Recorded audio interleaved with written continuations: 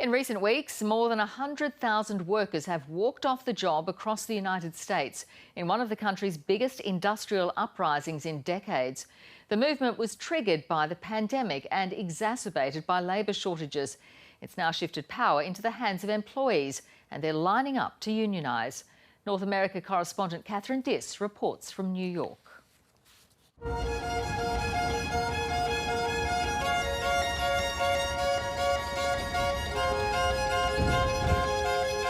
Anybody else interested in signing up with us? Chris Smalls is a big name on Staten Island.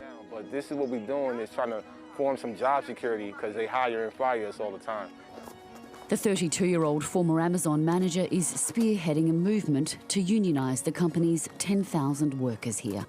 No job protection, safety is bare minimum. Sacked last year for staging a walkout to protest Amazon's COVID safety protocols, he quickly drew the ire of the world's richest man, company founder Jeff Bezos. Jeff Bezos and David Sapolsky and the top general counsel had a meeting to try to smear me, basically calling me not smart or articulate. Ironically, they wanted to make me the face of the whole unionizing efforts against Amazon. Following the failed union push by the company's workforce in Alabama, he changed tact and made it a worker-led revolt.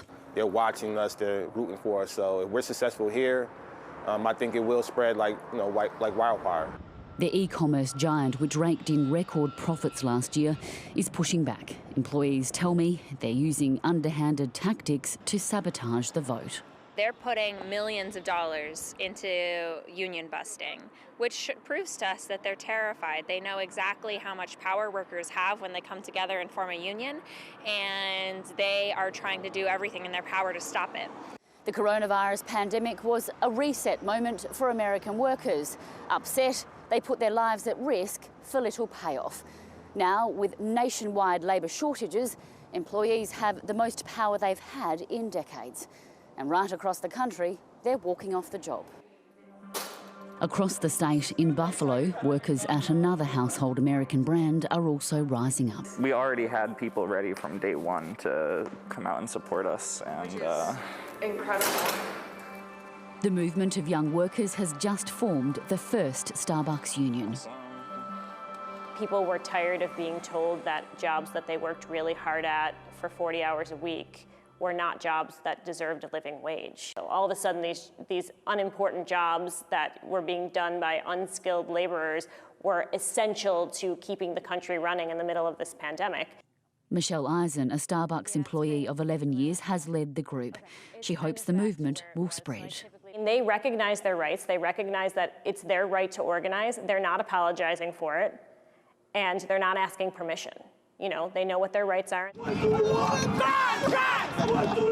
The fight back against big corporates spans many industries, from entertainment workers in Hollywood to frontline nurses and teachers. The common thread, all were deemed essential during the pandemic, but the spoils reaped by their employers weren't shared. America's two biggest employers, Amazon and Walmart, earned a combined $15 billion more during the pandemic, a profit rise of more than 50%. But real wages are going backwards, with the average increase for all industries barely keeping up with inflation. The year 2020 was like 2020 vision for us to see the issues systemically in this country. It's the biggest rebellion against corporate America since the Reagan administration of the 80s. But this time, they have a pro-union president and a severe labour shortage on their side. Catherine Diss, ABC News, New York.